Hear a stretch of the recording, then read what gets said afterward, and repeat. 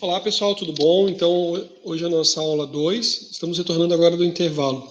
Antes do intervalo a gente falou, né, sobre Sócrates, né, falamos sobre maiêutica, né, falamos ali como Sócrates é o parteiro das ideias, e agora a gente vai trabalhar e comentar a respeito de Platão. Platão, né, é tido como o sistematizador das ideias de Sócrates, que nem a gente falou, Sócrates não deixou nada escrito, né? Platão era discípulo de Sócrates, então ele que sistematizou as ideias de Sócrates, Platão. Vou voltar aqui, perfeito. Então, a questão dos livros, né? Diálogos. Partindo da ideia de felicidade, a questão é: onde está o sumo bem? A gente vai ver o que é a ideia da felicidade e do sumo bem nos próximos slides, tá? O livro A República. Condenação à vida voltada exclusivamente aos prazeres, né? Então, a ideia lembra que a gente tinha lá do Sócrates tinha, né? Do Sócrates a gente tinha o homem sábio, o homem virtuoso que alcança a felicidade. Aqui na República eu tenho, a República é mais extensa do que isso, mas eu tenho a questão, né? Me foge a cabeça, qual desses filósofos ele era contra a democracia? Sócrates, Platão ou Aristóteles? Ah, boa pergunta, boa pergunta. O Google vai me ajudar a responder ali qual deles que era. O livro da República foi o livro, eu tenho ele pequenininho, é aquele da caverna e foi o que eu tive na graduação. Quando eu entrei na graduação em Direito, a faculdade decidiu fazer o seguinte, porque ela queria que a pessoa tivesse um conhecimento a mais, né? Que nem tem aquele professor Clóvis, né? O Clóvis disse que a pessoa que lê, que estuda, ela tem brilho, né? Ela tem, assim, algo a mais, né? Que não entra a gente só ter o conhecimento técnico. É bem legal, é bem interessante. Aí, o que acontece? Eu acho que aqui na turma eu não tenho ninguém, mas quando eu entrei, como eu vim de uma faculdade para outra e já era a segunda graduação, eu estava fazendo 3 semestres. Eu ganhei 3 livros para ler.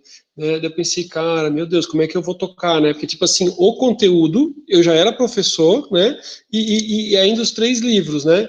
Aí, graças a Deus, foi o primeiro semestre. Depois eles disseram assim, não, você vai fazer um livro e coisa e tal. Aí as coisas foram fluindo, tá? Mas, Davi, não sei te responder com propriedade ali para não ser, assim, uma resposta que possa estar equivocada. Eu acho que era Sócrates.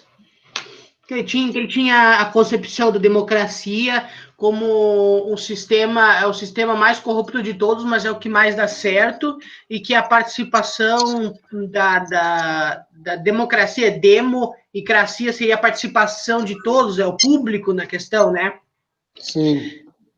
A participação da sociedade é como se fosse você trazer alguém da sociedade para o meio político, ao mesmo tempo você está trazendo a coisa amoral, a coisa antiética para o sistema público. Lembrando também, tem um ponto bem importante que o Davi colocou, é que nem nesse período, né, nem todos eram cidadãos, né, e nem todos tinham um direito, né, a poder participar. Você tinha, digamos, a escravidão como sendo aceita, e a escravidão a gente não está falando de cor, a gente está falando de pessoas que eles eram escravos por dívida, né? Os vassalos, aí só quem pertencia desse clero, os patrícios, ou o clero também, que era a parte mais poderosa.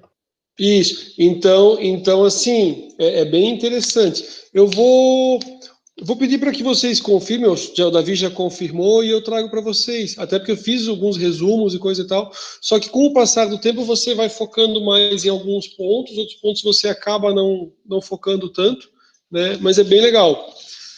Então, daí, o livro da República é justamente que tem ali o mito da caverna, né? Fedon, contando com a imortalidade da alma, espera a felicidade para depois da morte, né? Então, tipo, como se a felicidade, você não encontra a felicidade aqui, né? Porque às vezes alguns dizem, né, que dessa vida a pessoa, ele tenta, como se fosse um reflexo da felicidade, mas que a felicidade a pessoa vai encontrar depois lá no paraíso, né? Isso a gente escuta no século XXI de algumas pessoas. Os homens deveriam procurar nesta vida a contemplação das ideias, a ideia do bem. E o ideal buscado pelo homem virtuoso é imitar, né, ou a assimilação de Deus, né, a ideia de aderir ao divino ou sumo bem.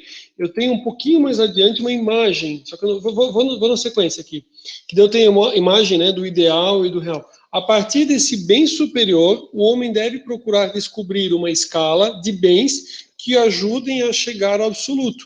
Então ele vai justamente tentar o quê, né? Tentar aqui na Terra, né, recriar o que é realmente o bem, o bom, né, do mundo ideal, que aqui é como se fosse o reflexo, a sombra do que existe, né, lá em outra localidade. Aí eu não sou entendido, né? Mas tem algumas pessoas que dizem que na magia tem aquelas coisas assim, tudo que tem em cima tem embaixo, tudo que tem, né? Não tem umas coisas assim que eles dizem, que algumas coisas a gente vê e fala assim, tá, mas o pessoal aqui, os gregos dizem, né? Que a pessoa tenta o que tem lá em cima, embaixo e assim vai. A partir daí comentei, o sábio é um homem virtuoso, que busca uma vida virtuosa para estabelecer em sua própria vida a ordem, a harmonia e o equilíbrio. Por isso, a prática da virtude, arete, né, é a coisa mais preciosa para o homem, que é uma imitação do cosmos, né?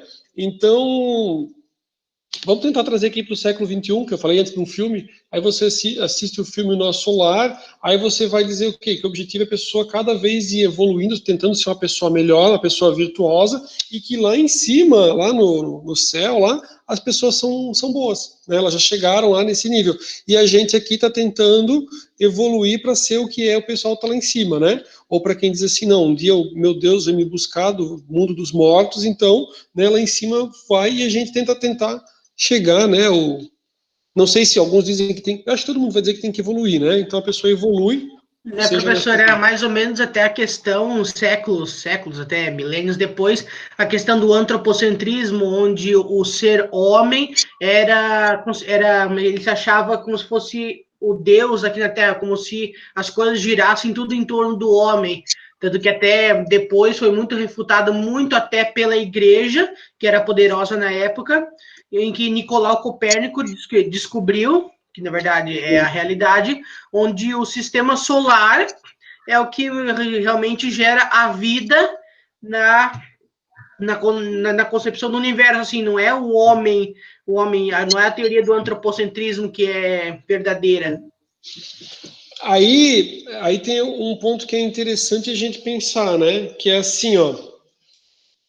Digamos que eu não tenho conhecimento de, tipo assim, eu não quero chegar no resultado, né? Eu não quero chegar no resultado, tipo assim, impor algo para vocês. Mas o que acontece? A religião, ela é muito importante, porque ela justamente conseguiu conter alguns tipos de comportamentos que não seriam comportamentos aceitos, né? Então, ela tem um papel fundamental no processo social. A religião também é a única, né, que nem o pessoal diz, é a única que às vezes consegue trazer amparo e consolo para aquele que perdeu um ente querido, né? Que ela tem essa questão assim, como é que você vai explicar que o filho do seu vizinho nasceu perfeito e o seu nasceu com problema? Né? Então, assim, acaba fazendo algo a mais.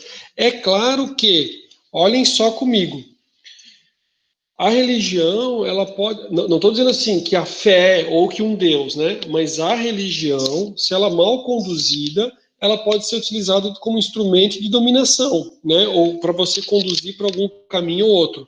Da mesma forma, se eu sou contrário a isso e se eu quero ter poder, o que eu faço? Eu digo que a família é uma porcaria, que pode nascer de homem com homem, de mulher com mulher, não interessa como for, aquilo nasce a criança igual, enfim, não me interessa.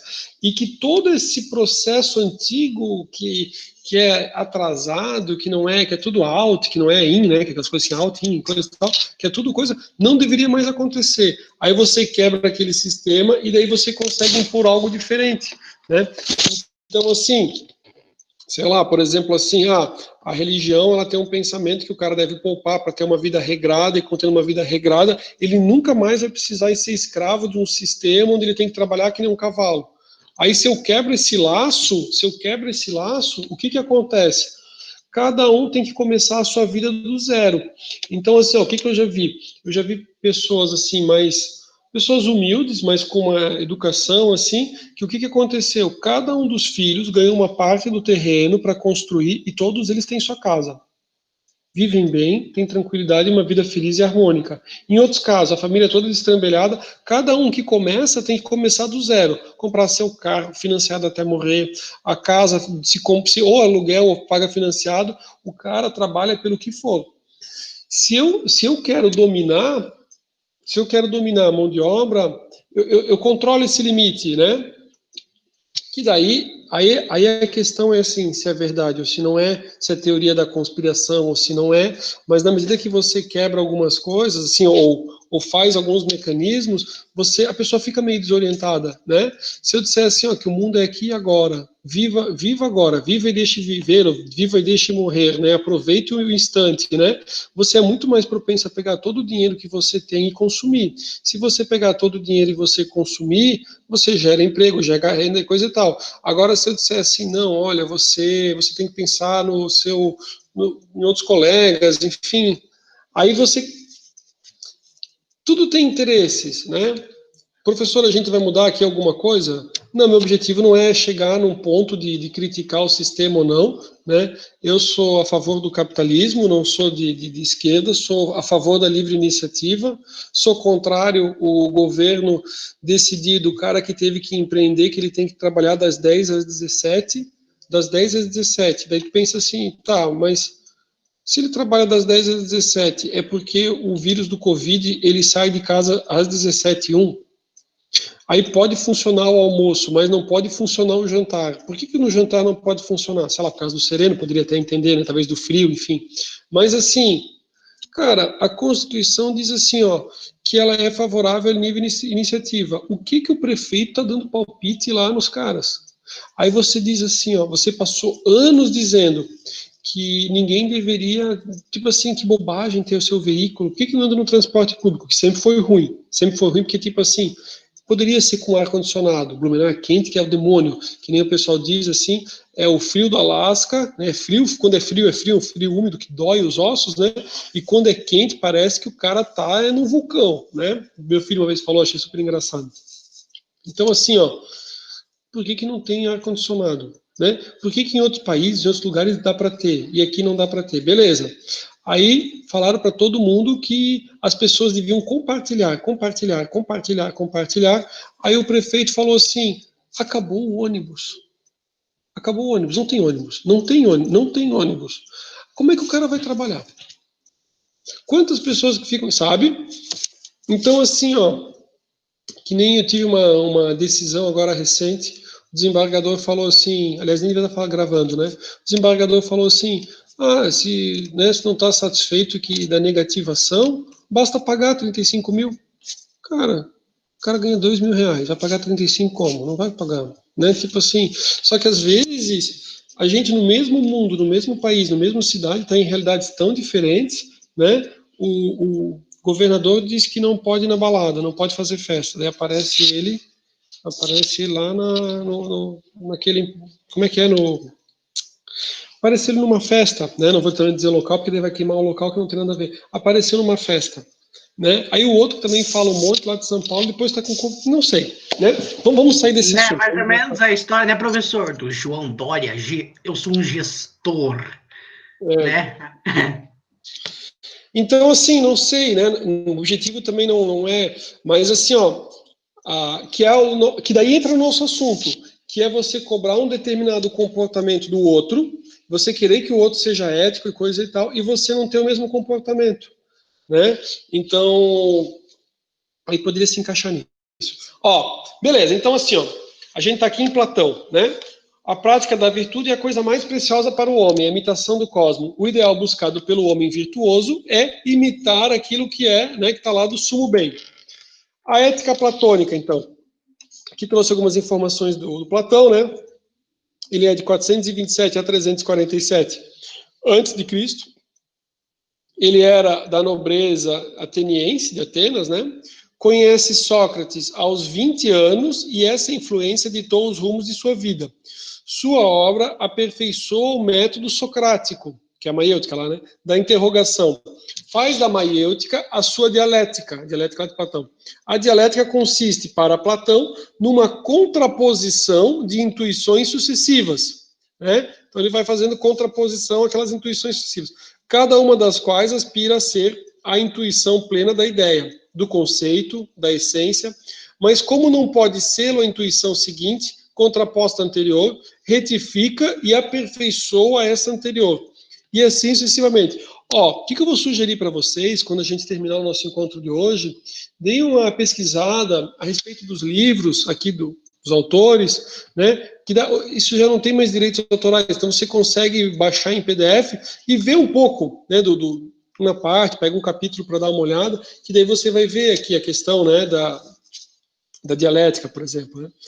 E assim sucessivamente, em diálogo, contraposição de uma intuição a outra. Chega-se a purificar, a depurar o mais possível esta vista intelectual, esta vista dos olhos do espírito, até, né, se aproximar o mais possível dessas essências ideais que consistem na verdade absoluta. Queria ver se gera agora a imagem daqui a pouquinho. Platão desenvolveu a teoria das ideias. O saber verdadeiro é uma árdua conquista da razão. Então, o saber, né, é você buscar a razão quando, em luta com os sentidos, consegue superar as enganosas aparências e elevar-se até a contemplação das ideias. Então, você vê que ele condena aquela questão da pessoa agir, né, pela emoção, mas uma preocupação muito mais com a razão, né? Então, assim, ó, por exemplo, se a gente falou que vou dar uma coisa assim que, né, que acaba acontecendo bastante, que eu escutei uma vez na minha vida e eu utilizo para minha vida, tá? Que é o seguinte, ó. Uma pessoa falou para mim assim, Rafael, se a esposa, né, já que entraram com essa entre outros, mas poderia ser a mesma coisa, marido ou mulher, tá? Beleza? Pode ser tanto marido como mulher, né? Acontece com várias pessoas, né? Então, assim, ó, se a esposa, ela trata o marido com todo amor e carinho, faz de tudo para ele, prepara o café da manhã, prepara a janta, é a mãe dos filhos dele, educa os filhos, ama ele todo carinho, ele sai da casa da esposa, ele diz, eu amo ela, eu te amo, digamos, fala para a esposa, ele sai e trai a mulher que é a mãe dos filhos, que cuida dele, que faz tudo, ele diz assim, ó, o que vai acontecer contigo sendo sócio dele? Tu imagina se ele trai a confiança daquela mulher que ele diz que ama e que ama ele, imagina o que ele não faria para um simples sócio do negócio. Aquilo foi algo assim que me fez refletir bastante, né, a respeito, assim, às vezes em relação a quando for fazer um negócio. Por quê? Porque dependendo, cara, é assim, não fazer ou cuidar muito ao fazer. Porque, assim, é uma pessoa, tipo aquela historinha do escorpião, né? Que o escorpião diz assim, me desculpa, né?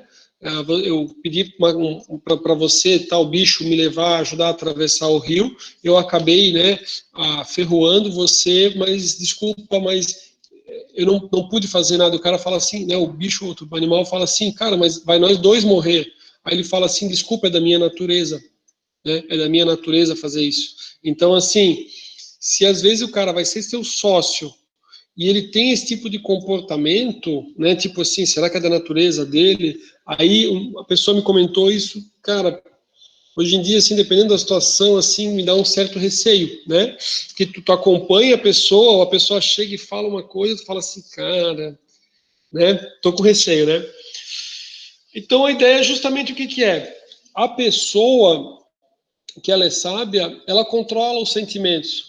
Então, assim, ela não vai agir por impulso, ela não vai ter por uma questão, assim, como se fosse um sentimento animal, alguma coisa assim, né? Um estímulo sexual, ele vai trair a pessoa com quem ele ama, né? Ou uma questão, assim, até da questão da própria razão, né? E da sabedoria. Então, quem tem sabedoria está acima dos sentimentos e acima das emoções, tá? Essa é a lógica, né? Se a pessoa tem esse tipo de comportamento, ele não vai matar o colega, né? Ele não vai agredir. Se alguém for injustamente condenar ele, ele não vai agir da mesma forma com a emoção ali, né? Ele vai conseguir se conter e vai conseguir se desvencilhar. A respeito disso, claro que não em níveis brutais, né? Mas assim, ó, assistam um dia no YouTube alguns vídeos ali a respeito do Tom Cruise e outros profissionais ali, que eles têm lá uma questão de religião deles, e eles têm um determinado tipo de treinamento. quando, tipo assim, ó, quando eles são colocados numa saia justa, quando você faz algum tipo de crítica, que qualquer outra pessoa que não tivesse um treinamento, talvez ele te revidasse com uma resposta bruta. E ele sai de um jeito que, tipo assim, ó, o entrevistador fica constrangido. É muito legal. Dei uma pesquisada ali, não sei como é que vocês vão achar pelo título, né? Mas você vai ver, assim, claramente... Doutrinas da cientologia, talvez? Pode ser, não sei se é doutrinas, mas é da cientologia, e daí que geralmente tem alguns ali, e daí como eles fazem, né, para se desvencilhar, assim, de uma reportagem. Tem aquele ator do Homem de Ferro também, tem uma reportagem que a pessoa é muito, ele tenta puxar um pouco do passado do cara do Homem de Ferro, e daí ele vai, até que depois no final acabam interrompendo a gravação, mas ele sai numa boa.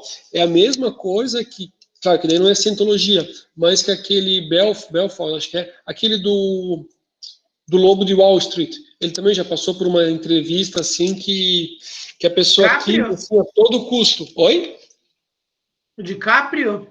Não o ator, a pessoa mesmo que é o cara que, digamos, inspirou ali o filme. Ah, tá. Ele foi participar de uma entrevista, acho que não sei se é Belfort. Belfort me lembra uma coisa assim.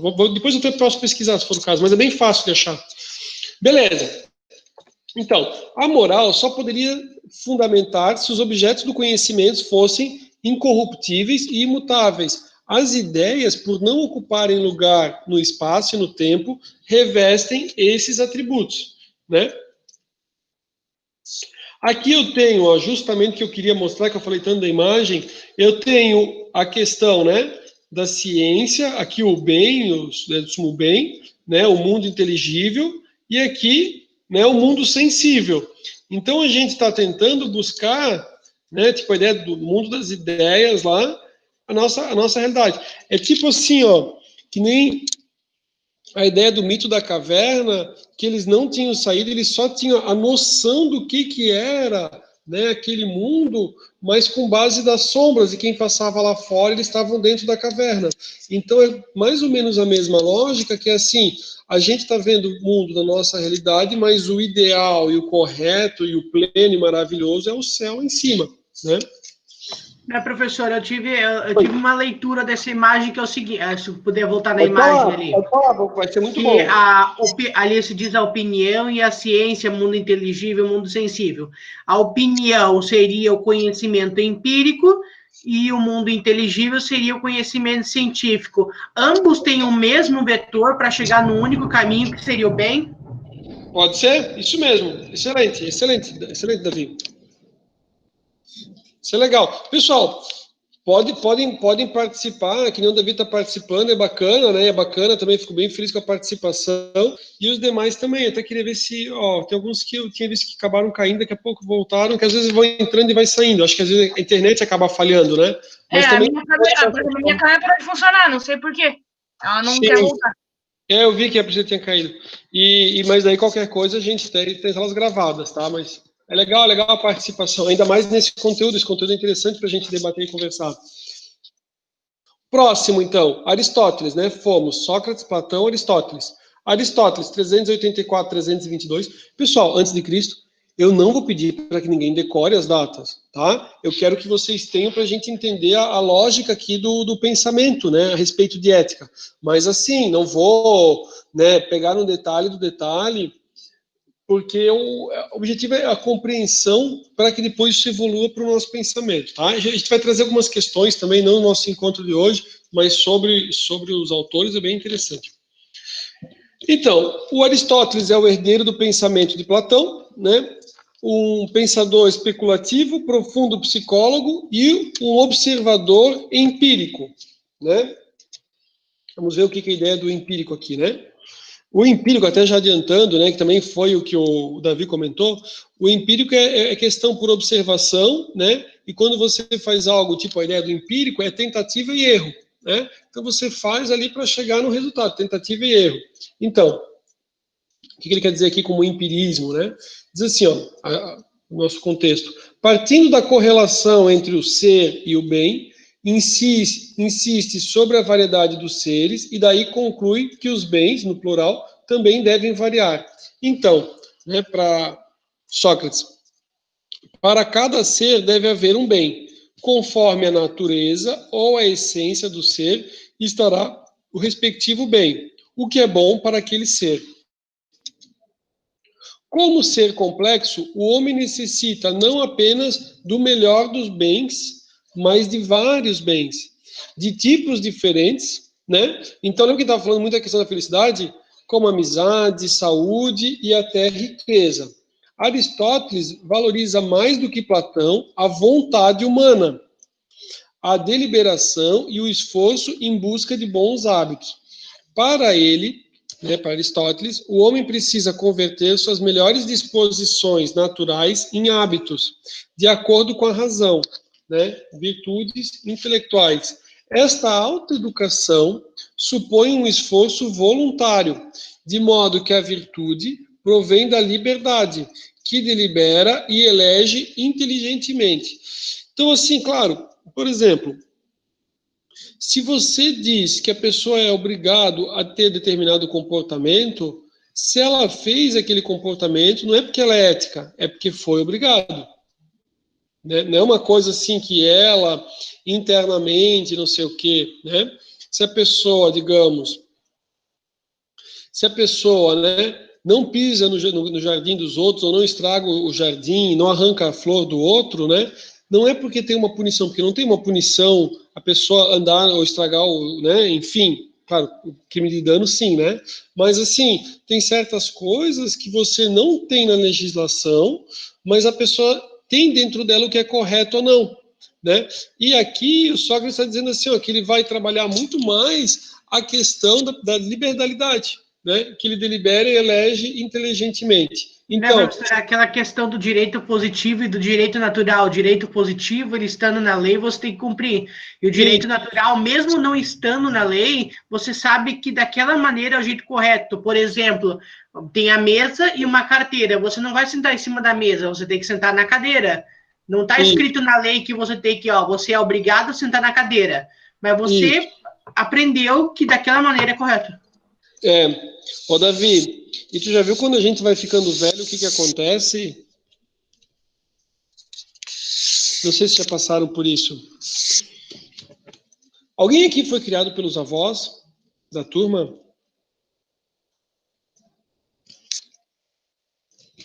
Não, né? Todo mundo foi bem, enfim.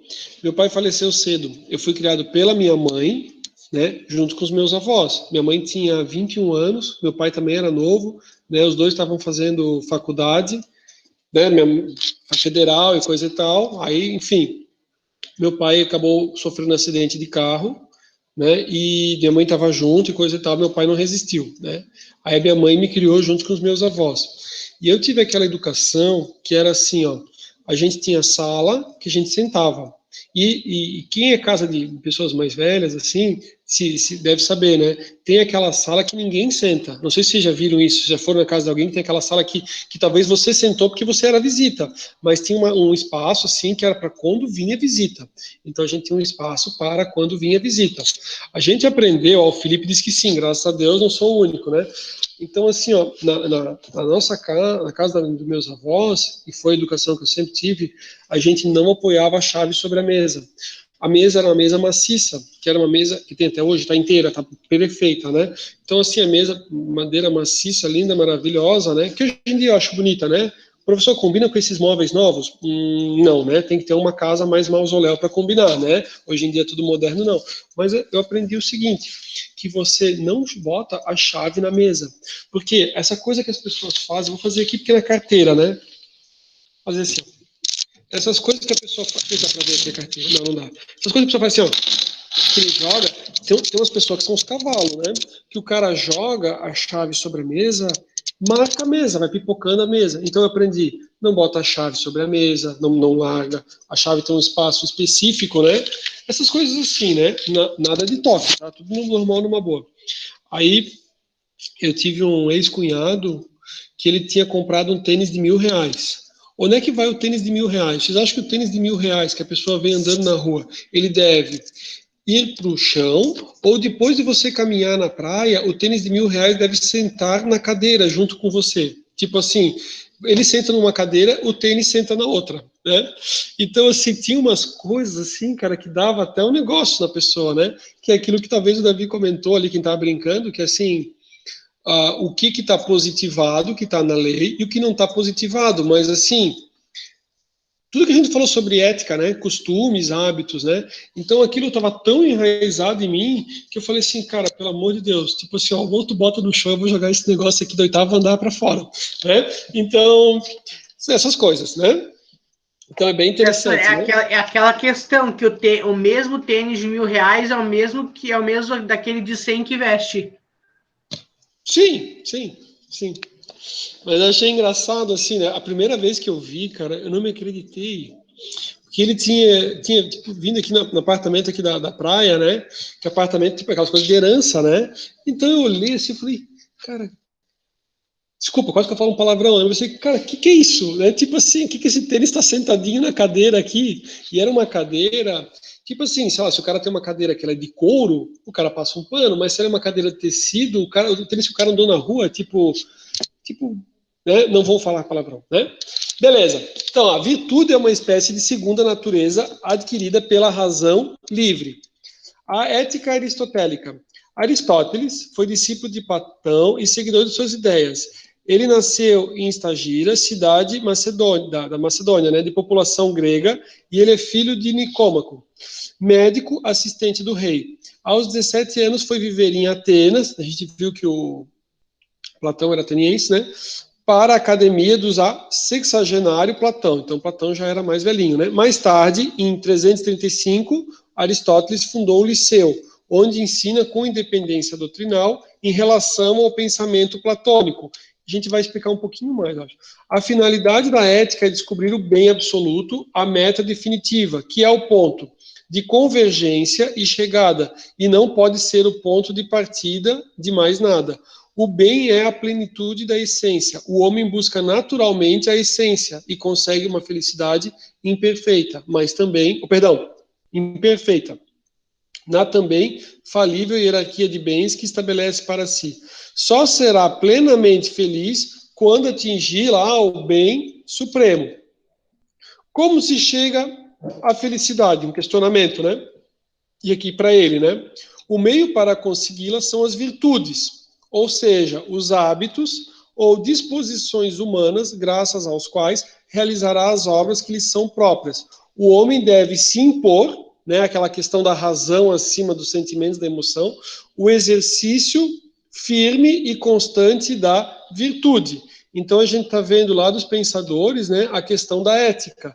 Então, como é que eles entendem? Eles entendem que o ser humano, né, deve, aqui, por exemplo, a questão do Aristóteles, né, pela razão, né, trabalhar para ter uma conduta virtuosa. Tá? E aqui também trouxe outras coisas que não só a felicidade, mas amizade e outros bens. Né? A busca de outros bens. Na concepção aristotélica, a ética só depende da vontade. Para distinguir entre virtudes intelectuais e virtudes morais, Aristóteles exemplifica de maneira ainda hoje clara e apreensível. Não é, pois, por natureza, nem contrariando a natureza, que as virtudes se geram em nós. Diga-se, antes que somos adaptados por natureza a recebê-las e nos tornamos perfeitos pelo hábito. Ó, isso aqui é legal.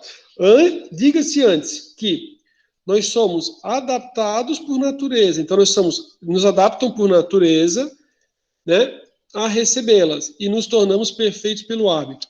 Professor, me dê um exemplo. Beleza, eu vou dar um exemplo. É assim, ó. O pessoal aqui é novo, então o pessoal não tem filhos, né? Mas todo mundo tem um irmão ou um sobrinho, né? E quem acompanhou com a idade de vocês o sobrinho pequeno, vocês sabem, e eu posso hoje em dia dizer assim, ó, né, com convicção o que acontece, né? Eu tentei pensar numa outra expressão para dizer que não fosse convicção, mas assim, para dizer o que realmente acontece. Você tem a criança, né? Aí você diz assim, escova os dentes, escova os dentes. Cara, é uma chatice de tanto que você diz para a pessoa escova os dentes, né? Depois chega num patamar que a criança fala assim, meu Deus, eu comi, preciso escovar os dentes. Pai, eu esqueci minha escova de dentes. Pai, pelo amor de Deus, precisa comprar uma escova de dentes que eu preciso escovar meus dentes. Então, assim, ó, algo, né, que antes você tinha que impor, né, que era impõe, você criou um hábito, né? E esse hábito vai fazer depois que ele tenha aquela conduta virtuosa, tá? Agora, pense o seguinte, a criança que escova os dentes não tem cárie, excelente, né? Acho que ninguém vai pensar de forma contrária, né? Só que daí a gente começa a pensar o seguinte, que é bem interessante também, né? Alguém aqui é pai? Aliás, disse que não, mas pode ser que alguém seja pai. É que alguém aqui na turma é pai? Pai ou mãe, né? Pode ser mãe. Ou pode ser pai e mãe, que às vezes faz os dois papéis, de pai e de mãe, para cuidar do filho, né? Às vezes faz a papel de pai e mãe. Ó, Márcio, sim. Então, assim, o Márcio, né, o Zuki, ele sabe me dizer assim, ó, o quanto é, né, difícil para nós pais, né, aquela sensação assim, cara, será que eu estou educando de forma correta o meu filho? Né? Então, por exemplo, quem tem o primeiro, o Zuki, tens um só ou tens mais de um?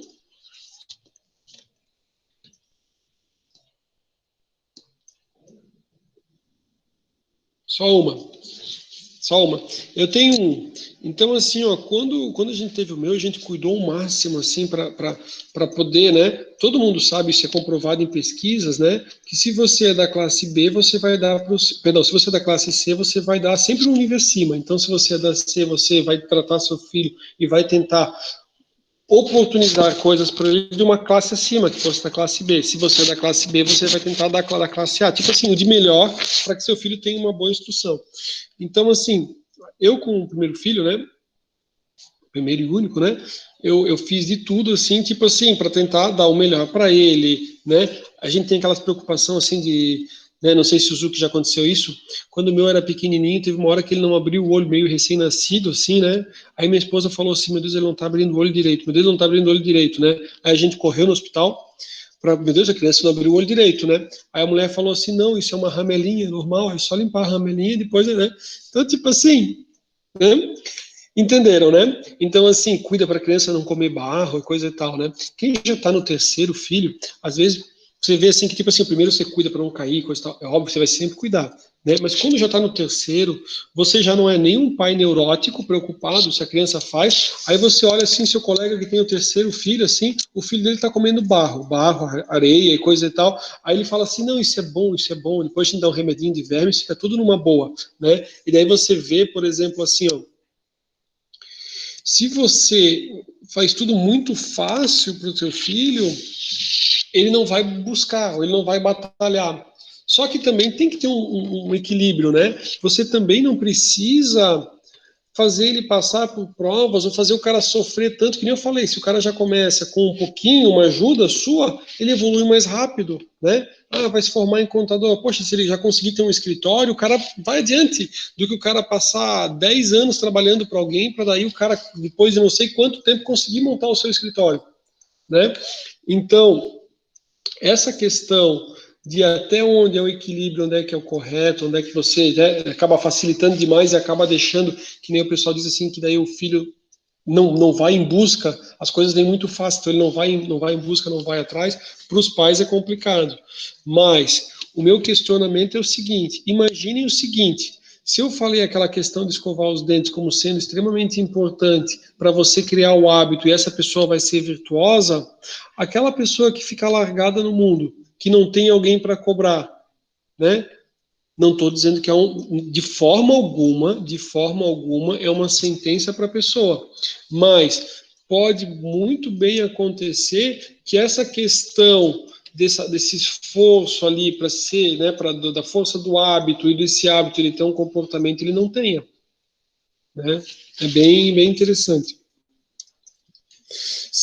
Aliás, no mundo de hoje que a gente tem, né, que, por exemplo, muitas coisas que você tem que aprender, você tem que praticar. Então, assim, ó, o que eu observo? Você diz assim, ó, fulano, quer aprender a tocar violão? Ele quer aprender a tocar violão. Só que, tipo assim, ó, tocar violão é legal pra caramba, tocar piano é legal pra caramba. Só que tem aquela parte do esforço de ter que ficar repetindo. Atualmente, eu tenho visto, assim, por muitas crianças, que a criança não tem paciência. Por quê? Porque hoje em dia, com internet e tudo mais, ele não tem a paciência de ter que fazer aquele trabalho repetitivo, que é chato pra caramba. Só que o cara só vai chegar a ser um baita jogador de futebol, pianista e coisa e tal, com hábito, tá? E aqui o que a gente está falando é o seguinte: somos adaptados por natureza a recebê-las e nos tornamos perfeitos pelo hábito. Beleza? Ser feliz é agir de conformidade com a razão. Beleza, então a gente falou a respeito dos gregos. A gente vai agora para a Idade Média, justamente aqui os valores éticos, né, são condicionados pela religião cristã, especificamente o catolicismo, né, muito forte. Então, a gente tem aqui, né, Santo Agostinho, né, São Tomás de Aquino, então, entre a fé e a razão. Agostinho foi importante para o batismo do pensamento grego e sua entrada na tradição cristã, e, posteriormente, na tradição intelectual europeia. É claro, né, sempre lembrando que, por exemplo, né, você tinha uma população que ela não tinha um nível de instrução tão alto, né? Então você fomenta, ou educa, ou ensina e vai trabalhando, né? E aqui a gente vai ver muito forte, né? A igreja, por exemplo, eu estudei em colégio evangélico, eu estudei em colégio católico, né? Não sei vocês, né? Mas então assim, ó, a igreja ela tem um papel muito forte, inclusive na questão da educação, né? Quem fazia parte lá do clero tinha estudo, às vezes a família não tinha tanto estudo, daí mandava o filho para se tornar um padre, né? E assim a gente vai à questão do desenvolvimento. Então a igreja sempre teve muito forte em questão intelectual, além dos nobres, e tinha população que não existia tanta, né, informação. Né, professor, era um contexto histórico também, onde você estava falando dos pais, dos filhos ali, onde, por exemplo, se um casal tivesse 2 filhos, por exemplo, um mais velho e um mais novo, digamos que seja 2 irmãos, 2 homens, o mais velho ficava com toda a herança e o mais novo era obrigado a fazer o sacerdócio, era obrigado a virar padre, ou ao contrário também, se fosse a mais nova irmã, era obrigado a virar freira, era um contexto já arraigado na sociedade daquela época. Sim, verdade, verdade. Muito bem, verdade. Então, Agostinho foi importante para o batismo do pensamento grego e sua entrada na tradição cristã e, posteriormente, na tradição intelectual europeia.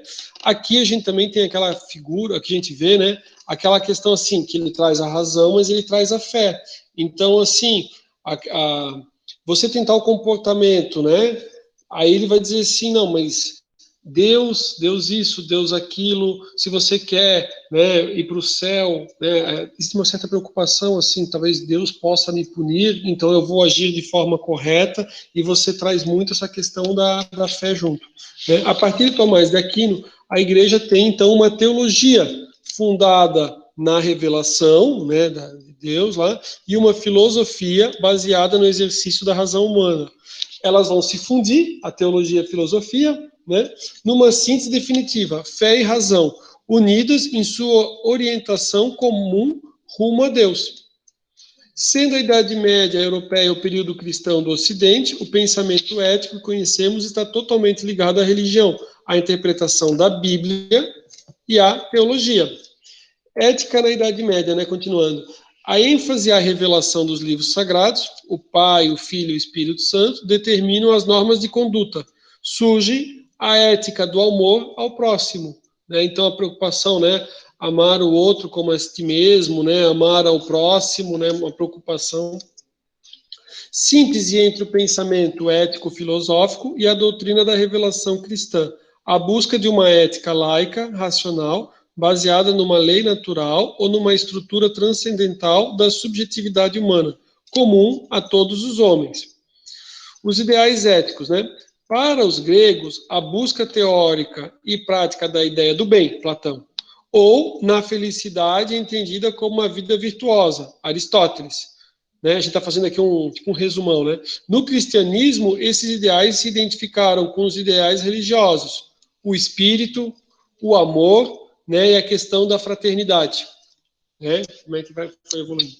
Com o Renascimento e o Iluminismo, o ideal seria viver de acordo com a própria liberdade pessoal, ou em termos coletivos, liberdade, igualdade e fraternidade. Ética na Idade Moderna. Vocês viram que eu dei uma puxada, acelerada, né? Aqui eu trago Kant, né? Kant, pensador da burguesia, identificou o ideal ético com o ideal da autonomia individual. E aqui do Kant tem algo bem interessante para a gente trabalhar.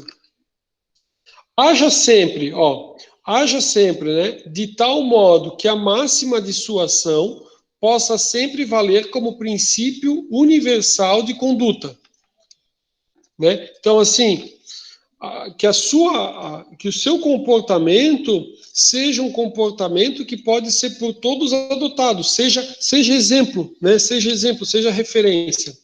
A ética formal.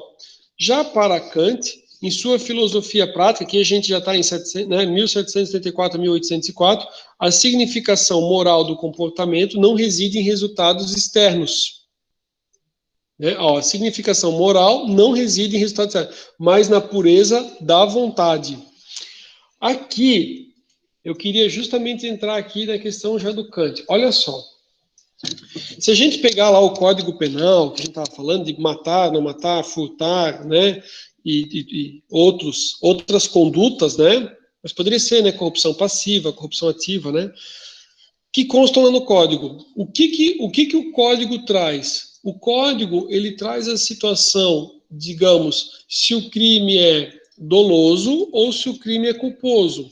Alguns crimes só são puníveis na conduta dolosa, e outros não. Pode ser dolo ou culpa. Professor, o que é dolo, né? O que é dolo? O dolo é a vontade. O dolo é a vontade. Então aqui, o que acontece? Olhem só. A gente estava falando lá dos gregos, a questão, né? Sabedoria, virtude, a questão do comportamento, né? Sabedoria, virtude e felicidade. Então, assim, a pessoa sábia vai ter virtude, e a gente está na questão do comportamento. Então, assim, cometeu tal ação. Então, essa ação é correta ou não é? Kant, aqui que a gente vê na concepção, o que ele vai fazer? Ele vai trazer a questão da vontade. Então, às vezes, a pessoa, ele pode, né, cometer uma ação, mas ele só cometeu aquela ação porque ele foi coagido de tal forma que ele não poderia ter uma conduta diversa. Ele não teria como agir de uma outra forma. E daí, se a gente for observar, olhem só, você está numa situação onde você, tipo assim, você está sendo ameaçado de morte, ou você faz isso, ou você vai morrer agora. A pessoa vai agir daquela forma. Houve uma coação irresistível, né? Houve uma coação irresistível. Ele não tinha como agir diferente, né? Então, ele cometeu algum determinada conduta que ela é reprovável. Ele cometeu uma conduta que é reprovável. Se a gente está falando de penal, que seria um crime. Só que, na verdade, ele não vai ser, né, penalizado por isso, ou a questão da culpa, vai depender do que a gente estiver falando, né? Ou a culpa, ou a pena, né? Por quê? Porque, na verdade, o que aconteceu é assim, ele não teria como agir de forma diferente, né? Ou existe um peso maior se a pessoa cometeu aquilo tendo a intenção, ou se aconteceu de uma forma que ele não tinha intenção. Tá, professor, então assim, exemplo, vontade, o cara foi lá, ele fez porque ele queria mesmo, né, cometer determinado ato. Exemplo de algo que ele não queria, é a ideia dos crimes culposos, né, que o crime culposo ele pode ser uma ação de negligência, imprudência, né, ou imperícia. Então, assim, o cara foi fazer um determinado procedimento e ele acabou fazendo errado, gerou prejuízos para a empresa. Ele tinha intenção de gerar prejuízos para a empresa? Não. Mas o que aconteceu? Ele não tinha capacidade técnica para fazer. Então, ele agiu com imperícia. Ele teve culpa? Teve. Ele não tinha intenção, ele não tinha o dolo. Então, assim, ó, a reprovabilidade disso é menor, né? A gradação da pena, né, ela é menor do que o cara que fez lá para lesar a empresa, né? Ele tentou fazer, mas ele não conseguiu. É o caso, por exemplo, também de alguém que tinha o dever de agir, né, e acabou por uma negligência não fazendo. Ele não queria matar a pessoa, só que ele vai ser, digamos, processado, ele vai ter que responder porque ele tinha o dever de agir. Então, eu acho bem interessante aqui tu fala do Kant, porque ele vai trabalhar assim, ó, a questão da vontade, né, ó, vou só ler ali para a gente pegar a linha, né? A significação moral do comportamento não reside no resultado, lá no final, mas também, né, na vontade e na retidão dos propósitos do agente considerado. Afere-se a moralidade de um ato a partir do foro íntimo da pessoa, qual que era a vontade da pessoa. O que que ela, quando aconteceu aquilo, o que que ela estava pensando? Ela queria aquele resultado, né? Ela ficou muito chateada com o irmão lá que brigou com ela, aí ela embarcou no carro, acelerou o carro para ir embora, que não queria mais ver, e sei lá, né, não quero falar sobre coisa trágica, mas aí acabou acontecendo um acidente, acabou atropelando o irmão, tá? Então assim, mas ele queria matar o irmão? Não, de forma alguma, né? Só que ele estava tão fora que ele saiu. Aí a questão é assim, se foi algo que ele não viu, ou se é algo que ele deu um dane-se, que é aquela questão do dolo eventual, né? Dolo eventual é assim, eu cometo a conduta, não importa o resultado, dane-se. Então, tipo assim, não é que ele queria, mas é o dolo eventual. Se acontecer, se alguém aparecer na frente, dane-se. Isso é dolo eventual. Isso tem muito na questão dos crimes, questão de trânsito, coisa e tal. O Ministério Público sempre disse que o agente queria, né? O foco dele lá é, né, não que seja, né? Mas é tipo assim, o cara queria. E a defesa vai dizer que, na verdade, era uma questão que houve culpa, ou que, na verdade, a culpa é exclusiva da vítima. Né? Não tinha como ser diferente, porque a culpa é exclusiva da vítima. Tá? A boa vontade não é boa pelo que efetue ou realize. Não é boa por sua adequação para alcançar algum fim que nos tenhamos proposto. Ela é boa só pelo querer. Quer dizer, ela é boa em si mesma, aquela questão da vontade. Então, ele vai trazer muito a questão da vontade, que eu acho bem bacana, que é muito que a gente vê, tá? Na legislação, ela vai trabalhar, digamos, a situação, mas ela trabalha a questão da vontade também. E essa vontade vai aumentar, vai diminuir ou vai excluir qualquer tipo de reprovabilidade do comportamento, tá? A compatibilidade externa entre a conduta e a norma é mera legalidade, né? Então, cometeu tal ato, está tipificado. Está tipificado é crime. Se não tiver no código, não é crime. Então, só vai ter crime se tiver na lei. Tá? Essa, pegando, já que a gente falou tanto do direito penal, né?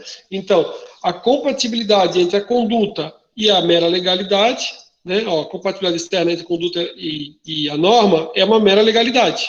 Ok? Sem repercussão no valor ético da ação. Moralmente valioso é o atuar, que, além da concordância com aquilo que a norma impõe, exprime o cumprimento do dever pelo dever, ou seja, pelo respeito à exigência ética. Né? Aí está a questão assim, ó, aquela questão, que se a pessoa comete um determinado comportamento porque a norma diz, que nem o Davi tinha comentado, é uma questão do direito positivo. Né? Agora, se a pessoa, dentro do foro íntimo, ele faz porque ele se sente no dever de fazer, aí é um comportamento ético. Né? Então, assim, se ele só fez porque a lei mandou, é mera legalidade, é questão do direito positivo, o Davi tinha comentado. Se ele, dentro dele, ele tem a questão intimamente, né, foro íntimo do dever, aí é questão ética. Tá? Kant propõe como critério distintivo entre moral e direito o motivo que leva a pessoa à ação. Tá? Kant chega aos qualificativos morais: bom, mal, moral, imoral, meritório, né, meritório, pecaminoso, atributos que não podem ser aplicados às coisas, senão à vontade humana. Né? Então, assim, essa questão do pecaminoso, meritoso, moral e imoral, ela vai ser justamente a questão da vontade. Principais conceitos de Kant. A intenção de Kant foi demonstrar a falsidade de qualquer doutrina moral de base empírica e conferir à ética um fundamento exclusivamente racional. Ele se declara, de acordo com a classificação grega das disciplinas filosóficas, tripartidas em lógica, física e ética. Talvez o conceito mais importante seja, né, o de boa vontade. Nem no mundo, nem em geral fora do mundo é possível pensar nada bom sem restrição, a não ser tão só uma boa vontade. Até então, a moral se avaliava pelos seus resultados. Até antes do Kant, era a questão do resultado. Né? Era a ética do êxito ou a moral pragmática, prática, né? A partir de Kant, só se considera a atitude interior da pessoa. O Kant vai trazer, trabalha as duas, né? Os principais conceitos kantianos. O centro da gravidade da vida moral é a pureza das intenções. Hegel. O ideal ético estava numa vida livre, dentro de um Estado livre, preservando o direito e cobrando deveres, onde a consciência moral e as leis do Estado não estivessem nem separadas e nem em contradição. Assim, o pensamento social e dialético buscou, como ideal ético, uma vida social com a superação das injustiças econômicas. A ética se volta para as relações sociais, né? Com o tempo, né? A gente está vendo. A ética vai se esquecer do céu, vai se preocupar mais com as questões da terra, as questões sociais, as relações sociais, procurando apressar a construção de um mundo mais humano. Então, o que a gente fez agora nesse bate-papo do nosso segundo encontro, né? A gente saiu de uma ideia de que o que é ético e o que é bom está tudo dentro da pessoa, para a gente trabalhar uma questão da união entre a razão e a fé com o cristianismo no Ocidente, todo o desenvolvimento da religião, e depois a gente vai trazendo os pensadores, os filósofos, que a gente vai começar, já desde a época do Iluminismo, Renascimento e tudo mais, a gente vai trabalhar aquela ideia da preocupação, né, não voltada lá para Deus, né, vai dizer assim, o nosso país é um Estado laico. A questão da legislação. Só que é importante, né, não adianta a gente criar normas e normas de condutas, né, e criar a questão de livre iniciativa se a gente não pensar nas outras pessoas. Então, a gente tem... Aqui a gente não vai entrar no foco, né, mas a gente tem várias fases ali na questão... Né, na própria questão, quando se estuda a respeito de direito constitucional, né, vai se falar que é assim, você tem uma preocupação cada vez, ou num determinado momento, né, com a sociedade.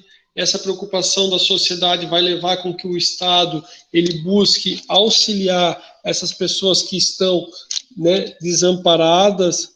Como, professor? Através da assistência social. Então, por exemplo, a previdência social, a pessoa só vai se aposentar ou receber algum auxílio se ele contribuir, ok? Se ele contribuir, ele tem direito. Só que, se a pessoa nunca contribuiu, mas ele tem uma deficiência, ele também vai receber. Quem paga é o próprio INSS, né? Mas isso é um benefício assistencial para quem está numa situação, né, financeiramente complicada, né? A gente pode falar de miserabilidade, né? Não quero ofender ninguém, né? Uma situação de miserabilidade. Então, uma pessoa que tem uma criança com uma síndrome de Down, né? Eu tive um caso, a criança tinha uma síndrome de Down, né? E ela tinha que passar assim, não era só a síndrome de Down, ela tinha uma série de doenças, então ela precisava de acompanhamento constante. O cliente solicitou o benefício de prestação continuada, ok? E eu comentei com ele, eu falei, olha, são alguns requisitos, né? O requisito é o seguinte, né? A criança tem que ter a deficiência, né? Tem que existir a deficiência, e a outra é a questão de miserabilidade. Aí a primeira vez a pessoa não entendeu. Ele falou assim, doutor, quer dizer que tem que ter rato na minha casa? Aí eu falei, não quer dizer que tem que ter rato na casa do senhor, né? Não. Questão de dinheiro ou não dinheiro não tem que ter a ver com questão da higiene, né? Até não, de forma alguma, né? Mas assim, se o juiz, né, entender, porque a gente estava discutindo já depois do INSS, né? Se o juiz entender que financeiramente a família teria como prover, não era o caso de microcefalia, tá? Que tem, mas assim, que microcefalia você sabe que a pessoa ganha, né? Como se fosse um valor ali ad eterno, né? Mas se o juiz entender que não está presente a questão, né, da dificuldade financeira, não vai receber. O que aconteceu? O oficial de justiça foi lá, e daí ele mostrou que ele tinha um carrinho, porque ele tinha que levar a criança, muitas vezes com convulsão e coisa e tal, no hospital, e eles moravam num apartamento pequenininho, que era uma suíte mais um dormitório, né, no centro lá da cidade de Brusque. Aí o juiz falou o seguinte, que se ele morava no centro de Brusque, um apartamento bom, as imagens que foram batidas ali pelo oficial demonstravam que era um lar que estava muito completo e que o quesito da miserabilidade não estava preenchido, que aparentemente eles estavam muito bem, né? E, enfim, né? Então ele falou, poxa, doutor, tinha que ter rato na minha casa, né? Eu falei, não era o rato, né? Mas enfim, a sociedade, ela foi trazendo uma forma de tentar amparar todas as pessoas para que a gente consiga, né, a ideia da fraternidade e tudo mais, para que as pessoas consigam, né, evoluir de forma conjunta. Então, assim, ó, a Constituição traz, né, a educação, a saúde é um direito de todos. Não importa se é rico ou se é pobre, qualquer um de vocês pode ir no hospital e deve ser atendido, né? Qualquer um de vocês que pleitear ali o ensino fundamental, ensino médio, né, também tem direito a uma vaga. Isso constitucionalmente está previsto, tá? Então, o foco, ele sai naquela questão de Deus e ele vem, né, para uma preocupação com o ser humano e com as questões sociais. E daí você vai evoluindo numa questão, né, da lei, da legislação. Você vai fazendo aquilo que o autor, né, o filósofo trouxe a ideia de um contrato social, né, entre sociedade, para que daí em comum acordo abrisse mão de alguns direitos, para que daí você tivesse um mundo melhor, foi o que foi feito, né? E onde é que está o nosso contrato social? O nosso contrato social foi quando a gente, né, decidiu eleger nossos governantes. Os nossos governantes, eles são eleitos e eles nos representando, ou deveriam nos representar, né, alteram as leis para justamente que a gente tenha um ambiente melhor. Tem um ponto que até posso aproveitar e comentar com vocês, que uma vez foi feito, que era o seguinte, né? Muitos já podem dizer que a gente mora no paraíso e outros podem dizer que a gente deveria morar no paraíso, mas que isso não acontece. Não o paraíso que a gente está falando dos gregos, tá? Mas o que acontece? A legislação ou a Constituição Federal, ela vai trazer, né, que dentre, né, o que ela deve adotar, isso foi, né, a gente teve lá os constituintes lá, né, Assembleia Constituinte, quando fizeram a Constituição, eles disseram assim, ó, que eles querem reduzir as desigualdades regionais, né? Essas desigualdades, elas devem ser reduzidas. Então, se aqui na região sul a gente tem UFSC, UDESC, o IFC e mais um monte de faculdades, quando for fazer uma outra faculdade, vai ser aqui ou vai ser lá para alguma outra localidade? Vai ser para uma outra localidade. Quando for para fomentar alguma coisa com o objetivo é reduzir as desigualdades, vocês vão ver que boa parte, às vezes, dos recursos, ele, pelo texto constitucional, ele deve sim ser remetido para uma outra localidade para que a gente reduza, né? A gente vive numa situação aqui de uma forma, e daí você vê que algumas localidades lá o cara nem tem água. Agora parece que tem poço, tem transposição do Rio São Francisco, e muitas coisas estão melhorando. Mas a ideia é aquela ideia da fraternidade, né? Para que a gente consiga um mundo, que nem está escrito aqui, um mundo mais humano. Tá? Ética dos valores. Classificação ética dos valores representa uma aparente inversão da tese de Kant. Para a filosofia valorativa, o valor moral não se baseia na ideia de dever, mas dá-se o inverso. Todo dever encontra fundamento em um valor. Só deve ser aquilo que é valioso e tudo que é valioso deve ser. A noção de valor passa a ser o conceito ético essencial. Foi, né, Rickert, neocantista, logo seguido por Max Weber, o formulador dessa tese. Weber, talvez sob influência de Nietzsche, passou a declarar a relatividade de todos os valores. Um valor é uma concepção explícita ou implícita, própria de um indivíduo ou característica de um grupo. A desiderabilidade, que influencia a seleção das formas, dos meios e dos fins da ação. Embora o valor seja indefinível, ele é perceptível.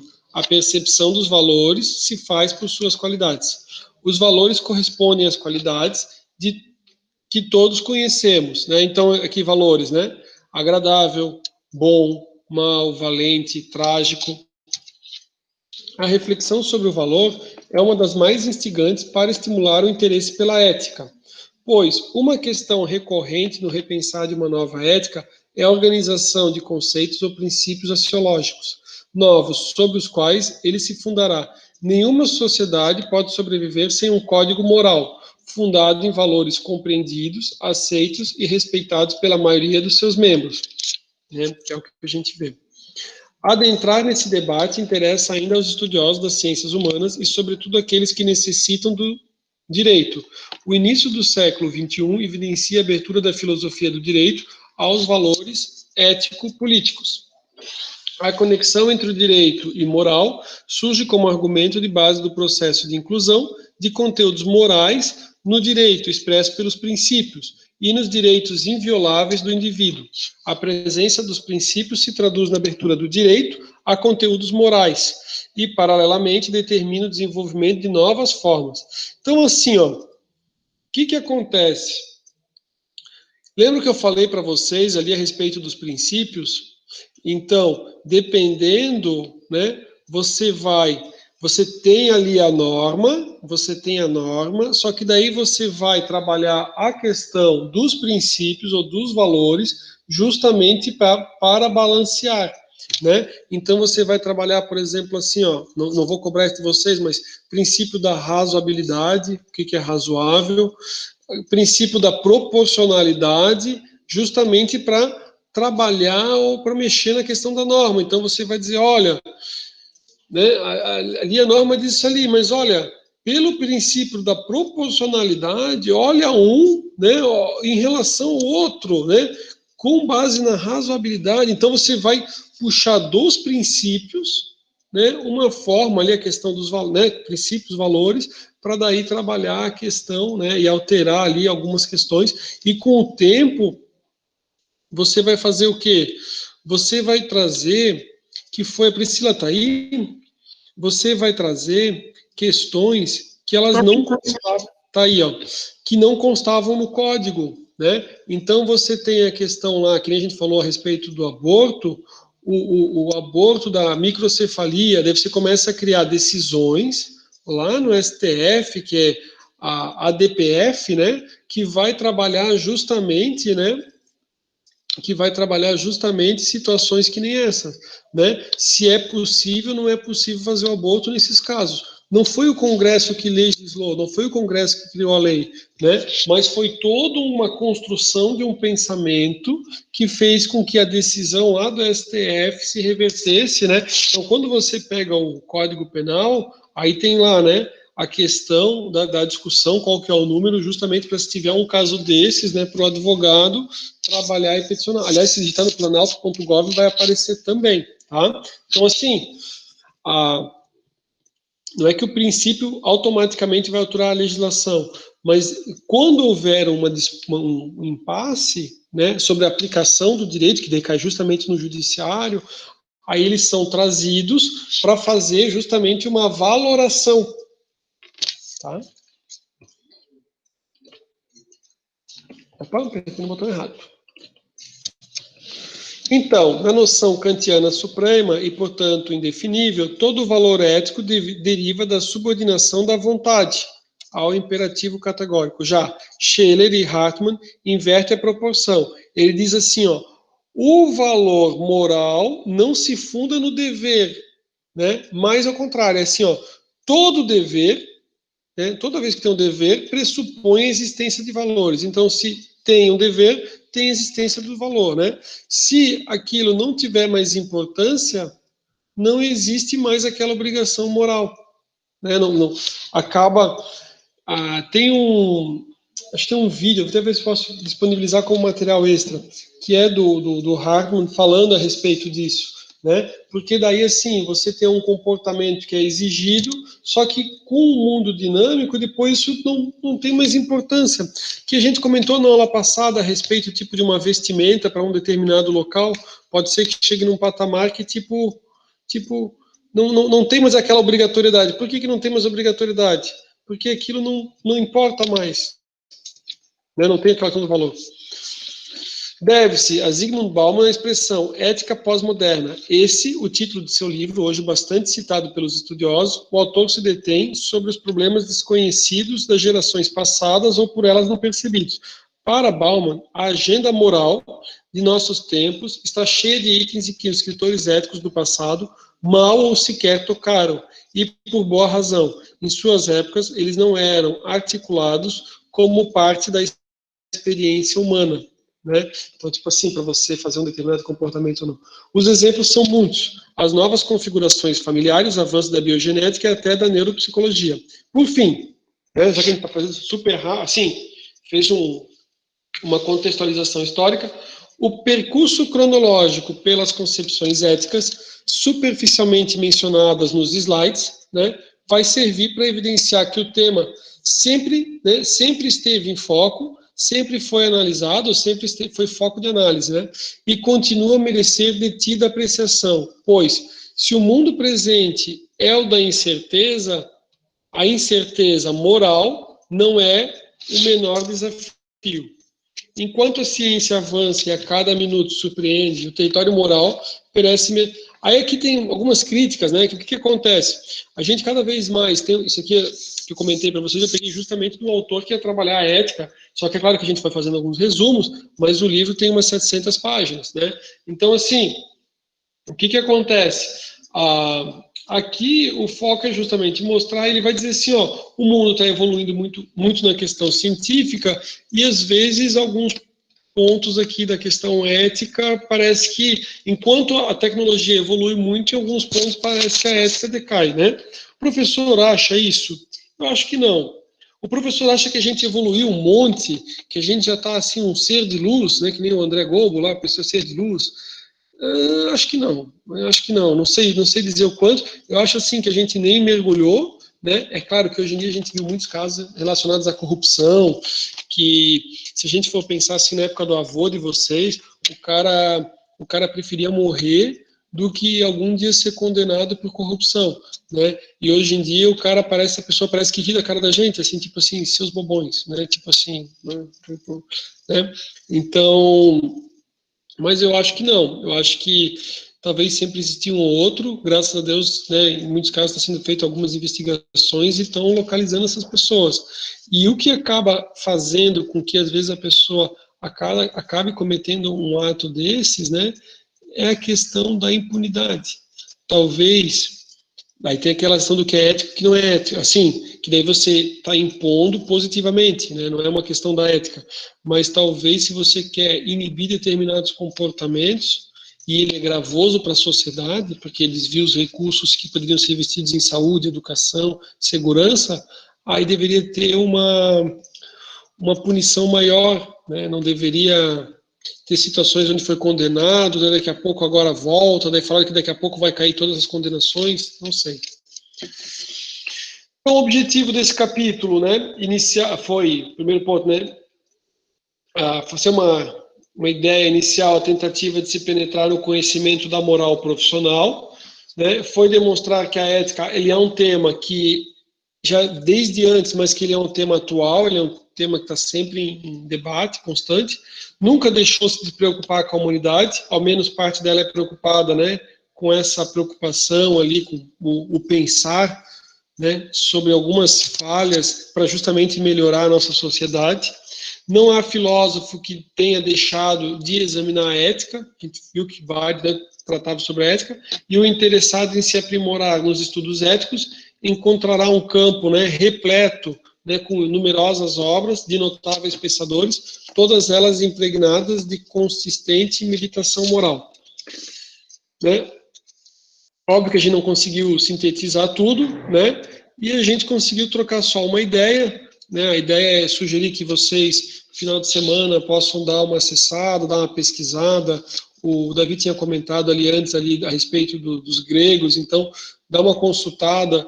Hoje em dia, antigamente tinha Barça, a gente dizia assim, vamos pegar a Barça para dar uma olhada, né? Hoje em dia, algumas pessoas ainda têm a Barça na casa dos tios, dos avós, mas hoje em dia, o que num primeiro momento o pessoal disse assim, a Wikipédia não é tão bom, hoje em dia os primeiros resultados é a Wikipédia, e é claro, né? Você consegue os museus, né, você tem as bibliotecas, né, ela tem todo um acervo em meio eletrônico, então hoje em dia você consegue acessar o material em meio eletrônico, diversas bibliotecas virtuais. A ideia é sugerir para vocês, nesse final de semana, né, darem uma olhada, mas por interesse e conhecimento de vocês. E é isso essa nossa primeira parte sobre ética geral, onde a gente fez um conteúdo inicial. E queria ver de vocês, o que vocês, né, o que vocês gostariam de passar, mais algumas informações, considerações. Vou parar de gravar e fico disponível aqui só um pouquinho.